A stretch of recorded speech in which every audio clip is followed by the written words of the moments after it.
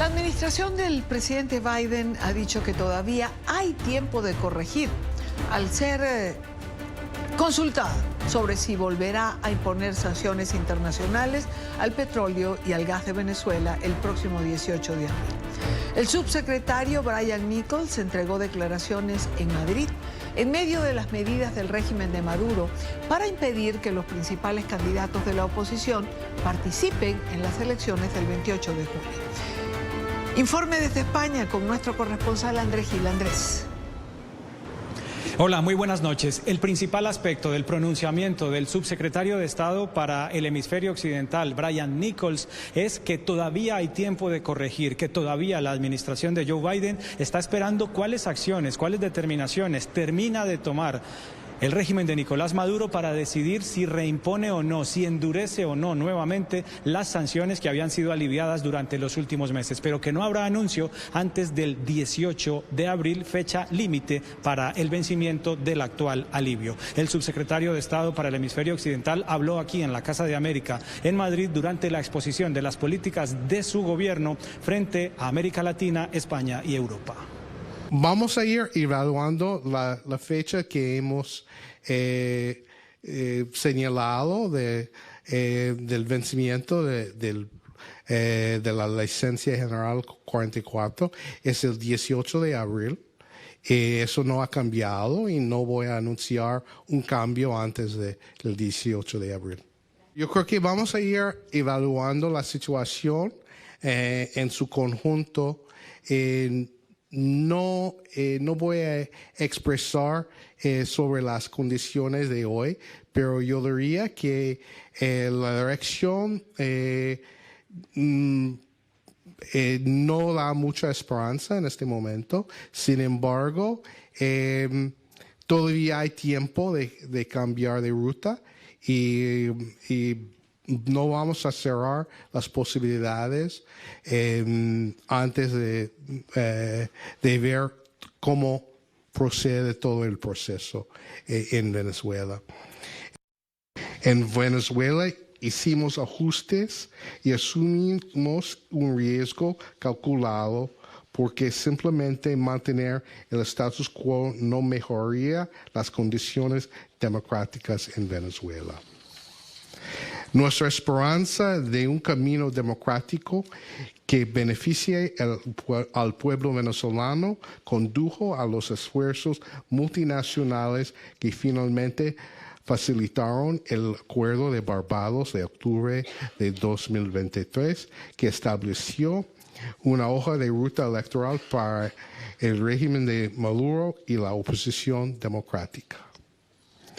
Los representantes de Maduro aún no han cumplido sus compromisos y en cambio se han negado a reestablecer los derechos políticos de los candidatos de la oposición como María Corina Machado y Corina Llores, al mismo tiempo que intensificaban el acoso y encarcelamiento de miembros de la sociedad civil.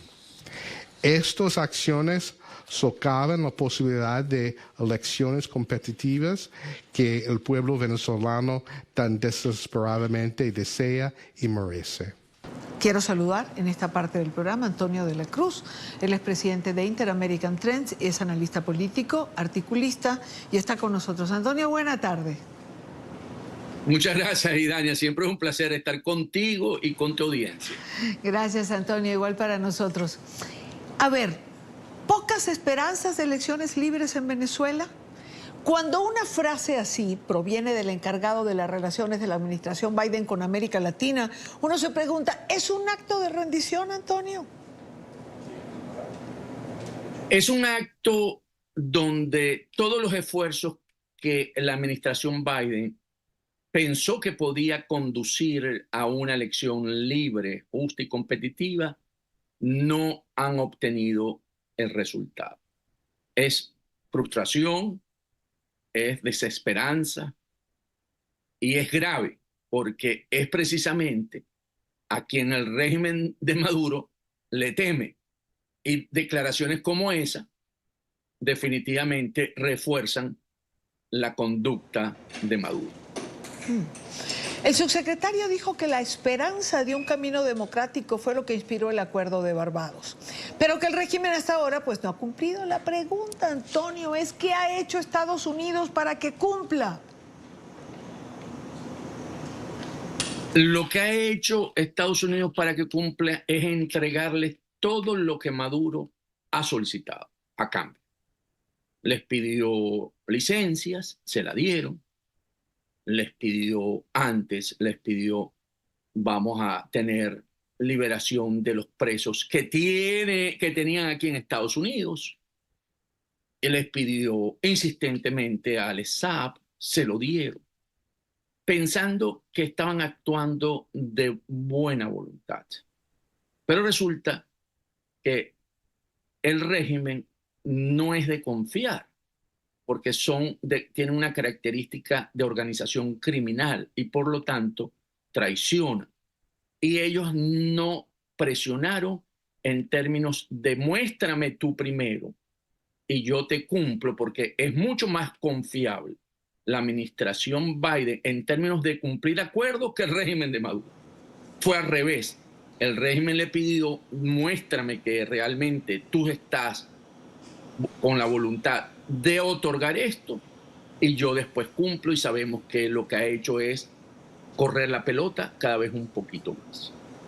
Hoy, por ejemplo, aceptó al candidato de la MUD, a González Urrutia. Y lo acepta porque se habla de que siguen conversaciones entre el régimen de Maduro y los Estados Unidos. Y aquí estoy especulando, Irania, pero estoy seguro de que el siguiente paso que quiere el régimen es quítame el precio a las cabezas, porque sin eso yo no puedo competir. Y lo consulté con mis fuentes cercanas a Casablanca y me dicen, estás loco. Le dije, eso te dije cuando al ESAP y me dijiste que estaba loco. Aquí no hay ahorita escenario que no sea factible, porque esta administración busca la forma para poder, creyendo que Maduro va a tener un proceso democrático en Venezuela, ceder y ceder y ceder. Y yo creo que le soltaron la carnaíta, como diríamos en nuestro país, de aceptarle el candidato de la MUD como un hecho de que sí vamos a permitir, entre comillas, inscribir como es candidato tapa, a Corina Lloris, pero que al final si le quitan los precios a las cabezas de todos ellos, inventarán algo. Porque si hay algo, Irania, que tiene el régimen, es que el régimen, su premisa es, con esta elección, es buscar legitimidad. Porque uno escucha, es que lo que quieren, ellos van a entregar el poder porque ellos están desesperados. Yo digo, ¿de dónde sacaron ustedes eso? Que este régimen quiere. Cuando tú estás en el poder y un régimen como ese no entrega poder, hay que presionarlo con mucha fuerza para que acepte. Y es lo que no ven, que es lo que se está construyendo a través de la lucha que lleva María Corina Machado. María Corina Machado no está llamando a una abstención ni va a hacer eso. María Corina Machado está construyendo el camino para generar la presión tal de que Maduro llegue a un proceso que tenga que aceptar una elección libre, justa y competitiva. Y lo está logrando. Porque eso que hicieron los presidentes de Colombia, Brasil y ahora Zapatero, es debido a la presión. Si hubiéramos aceptado de primera mano, no levantemos la mano a Manuel, porque el régimen, no hubiésemos logrado nada de esto, Irán. Entonces, yo creo que aquí, y cuando uno oye esa declaración del subsecretario de Estado, es lo que uno dice, pero ¿en qué están pensando? En el momento, por ejemplo, toca renovar, dejar caducar las sanciones del 18 de abril. Eso es lo que tocaría, porque no ha cumplido el régimen con el compromiso de Barbados. Pero aquí toda la información que uno recoge es que la van a dejar que continúe, porque ellos todavía tendrán una opción, si quieren, como es una orden ejecutiva, antes del 28 de julio, unas semanas antes, poderlas volverlas a colocar. Y no se dan cuenta que le mandan una señal al régimen de Maduro de que no son una amenaza creíble. Ya el régimen de Maduro no cree en las amenazas de la administración Biden.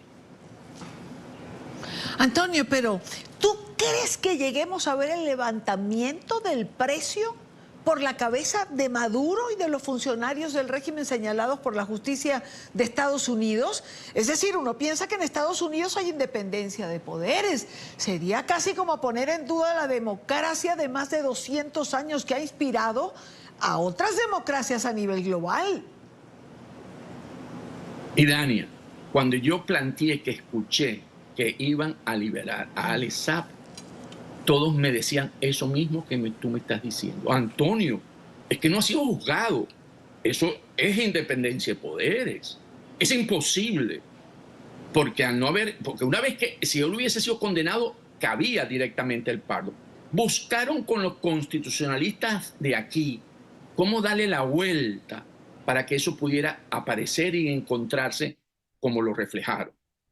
Entonces, porque si ha habido dos solicitudes de Jorge Rodríguez insistentemente después que logró los sobrinos de la primera combatiente. Es Alex Saab y hay que quitarle el precio porque eso no nos da, no podemos ser competitivos, pues no tenemos cómo poder ir a una elección así. Y eso ha sido permanentemente, insistentemente la solicitud por parte del rey. Ante esta lucha en la que ellos juegan maximalista pidiendo, estoy especulando, vuelvo a decir, esto no lo tengo confirmado ya, pero estoy seguro que lo que están pidiendo es que hay que revisar los precios de las cabezas de ellos para poder ir a una elección y que se pueda dar en Venezuela una solución democrática y pacífica, cuando sabemos que el régimen, su posición es más bien de legitimación en este proceso electoral, y por eso escogió los candidatos que escogió para competir con ellos. Porque fíjate, ese lunes en la noche se había acordado que fuera Barbosa, el doctor Omar Barbosa, sí, el candidato de consenso. Y estaban alegres.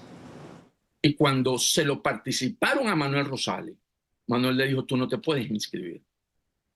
Porque ya Manuel era el candidato del rey.